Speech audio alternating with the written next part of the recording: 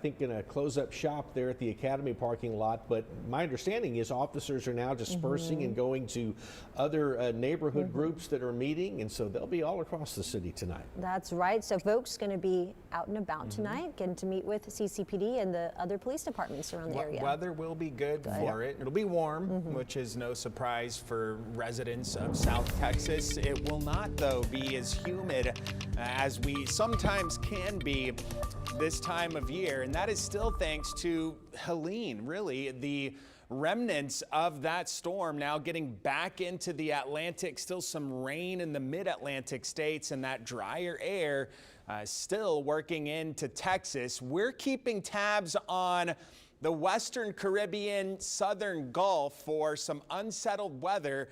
The Hurricane Center is still advertising a medium chance for development. The Central American gyre is up and going. You see all of the thunderstorm activity around Central America.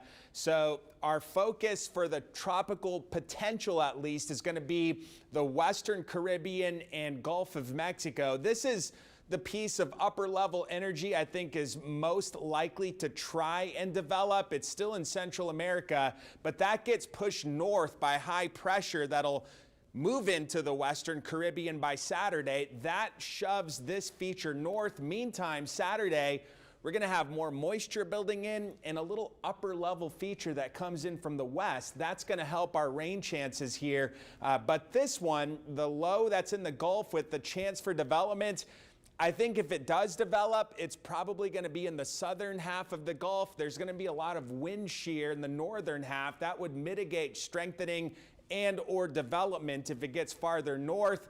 And it looks like the flow around the high is going to want to pull that toward Florida. So Saturday, this is just me custom drawing these green colors. Saturday, I do think we're going to be seeing that moisture move in.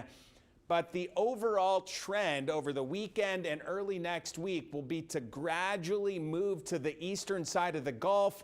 And with that counterclockwise spin around the low, it's going to try and pull down drier air, not unlike what happened at the end of last week with Helene moving in the eastern side of the Gulf and that system pulling the dry air down.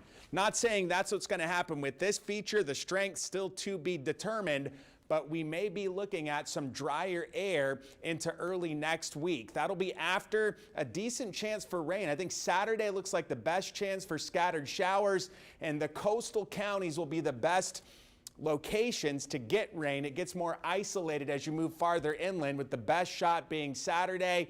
With the rain will come humidity. We'll spike the muggy meter at the high end of humid Saturday. Then next week, drier air, we'll see that humidity go down just a little bit. So the temperature trend, little drop Saturday, 88. That's to reflect the rain in the region.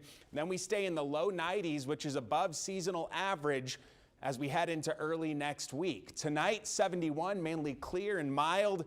A light and variable wind overnight. Tomorrow, 92, mainly sunny and hot. A little humid, but not terrible. The humidity is really going to start to come back in more so Friday and Saturday. On the water, just some light afternoon chop on area bays with a new moon overhead.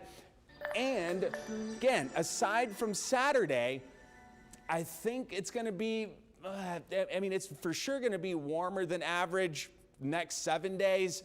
But, Friday late, I think we're okay for blitz games. There may be a few showers floating around.